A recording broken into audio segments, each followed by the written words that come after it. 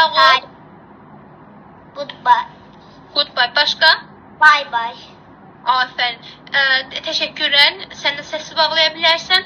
Nurhan sesi aç zahmet olmasa. Hemen. Nurhan ona kadar say. 1, 2, 3, 4, 5, 6, 7, 8, 9, 10. Aferin. Renkler say. Red, orange, yellow, green, blue, purple. Aha. Purple. Aferin. Necə deyərsən ki, bu ağdır? It is white. It is white. Aferin. Düzdür. Necə deyərsən bu qaradır? It is black. It is black. Aferin. Düzdür. Red. Ramil. Ramil, hansı renkləri öyrəndin bugün? Red. Green. Green. Purple. Pink. White.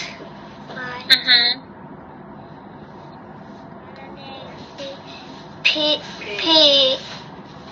Aha, pink. Purple. Purple. Okay. Necə deyərsən? Bu mavidir.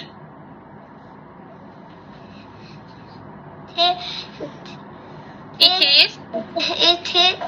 is blue. Aha, düzdür, aferin. Necə deyərsən bəs? Bu qırmızıdır.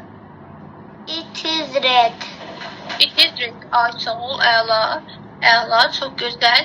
İndi necə deyərsən? Mənim sevimli rəngim çəhraydır. My favorite color. My favorite. It is red. Ay, sağ ol. Necə deyərsən? Bu sarıdır. It is Yellow. Aferin olur sənə. Sənin 8, 8, 9, 9, 10, 10.